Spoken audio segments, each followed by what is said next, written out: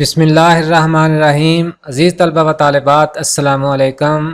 Idioms and phrasal verbs lecture number 9 پیش خدمت ہے۔ چلیے شروع کرتے ہیں۔ Set number 17، fish out of water. اجنبیت محسوس کرنا یعنی ایسے محسوس کرنا جیسے پانی سے باہر مچھلی۔ I felt like a fish out of water in my new school۔ اپنے نئے اسکول میں میں نے ایسے محسوس کیا جیسے پانی سے باہر مچھلی، یعنی میں نے اجنبیت محسوس کی۔ فلاگ آ ڈیڈ ہارس، کسی ناممکن کام میں وقت کا ضیاع۔ فلاگ کا لفظی مطلب ہے بیٹ ہارڈ، یعنی زور سے مارنا۔ I think you are flogging a dead horse if you try to get this book published۔ اگر آپ اس کتاب کو شائع کرانے کی کوشش کرتے ہیں تو میرے خیال میں آپ ایک ناممکن کام میں وقت کا ضیاع کر رہے ہیں۔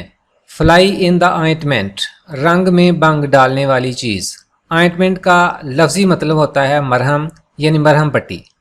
دا party was going well only Rana was fly in the ointment. Party خوب جا رہی تھی، صرف رانا رنگ میں بنگ ڈال رہا تھا۔ فولز پیراڈائز، احمقوں کی جنت۔ Don't live in a fool's paradise, احمقوں کی جنت میں مت رہیں۔ You can not succeed without hard work, آپ بغیر محنت کے کامیاب نہیں ہو سکتے۔ فار گڈ، ہمیشہ کے لیے۔ He has left his job for good, اس نے ہمیشہ کے لیے اپنی ملازمت چھوڑ دی ہے۔ فار دا سیک آف، کی خاطر۔ Parents take pains for the sake of their children, والدین اپنے بچوں کی خاطر تکلیف اٹھاتے ہیں۔ فار وانٹ آف، کمی کی وجہ سے۔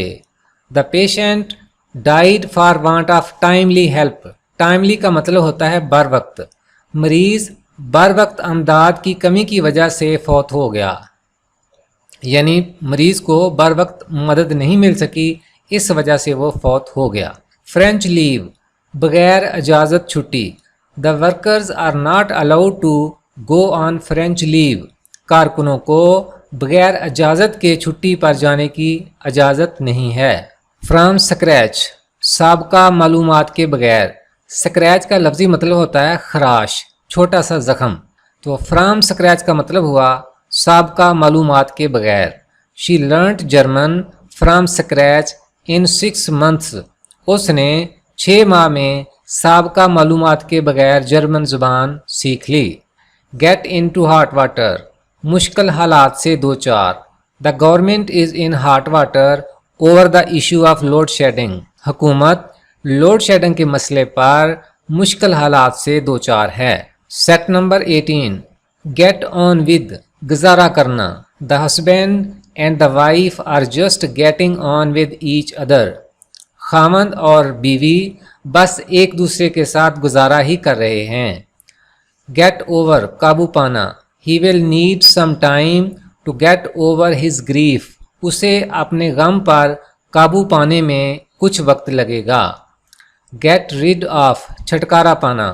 You should get rid of your bad habits, آپ کو اپنی بری عادات سے چھٹکارا پا لینا چاہیے۔ گیٹ تھرو، کامیاب ہونا۔